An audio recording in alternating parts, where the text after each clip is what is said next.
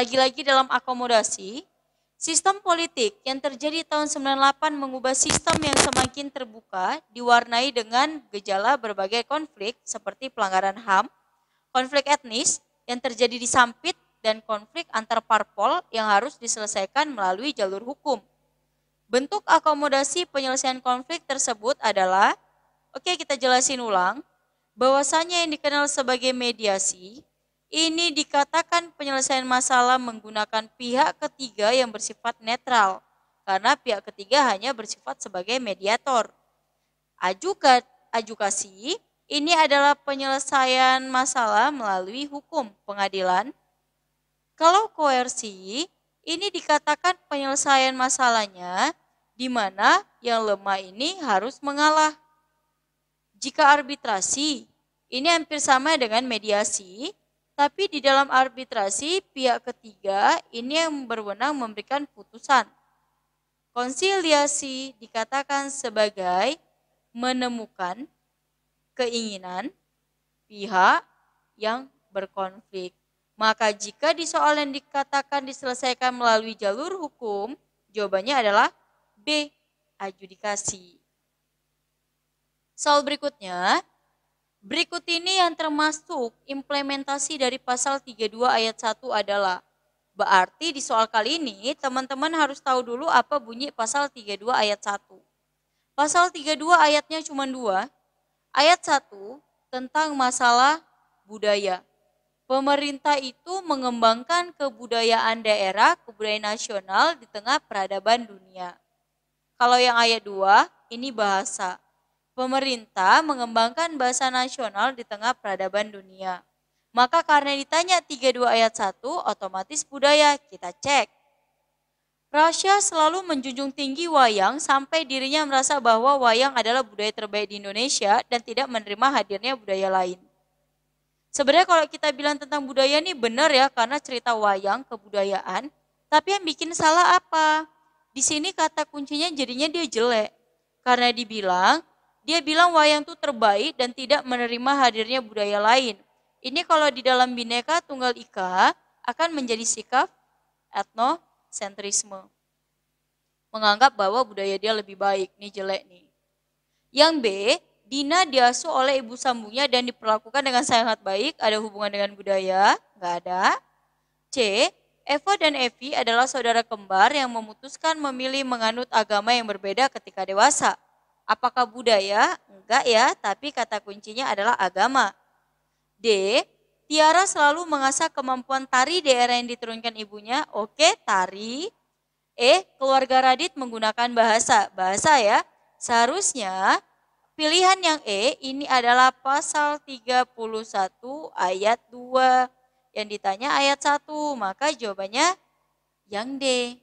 Tiara selalu mengasah kemampuan tari daerah yang diturunkan dari ibunya.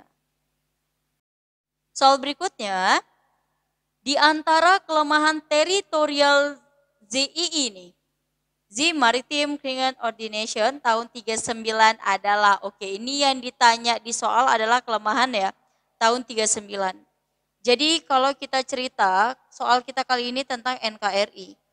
Di tahun 1939, ini adalah hukum Belanda yang menyatakan bahwa batas wilayah kita itu hanya 3 mil. Mau dihitung dari mana-mana cuma 3 mil.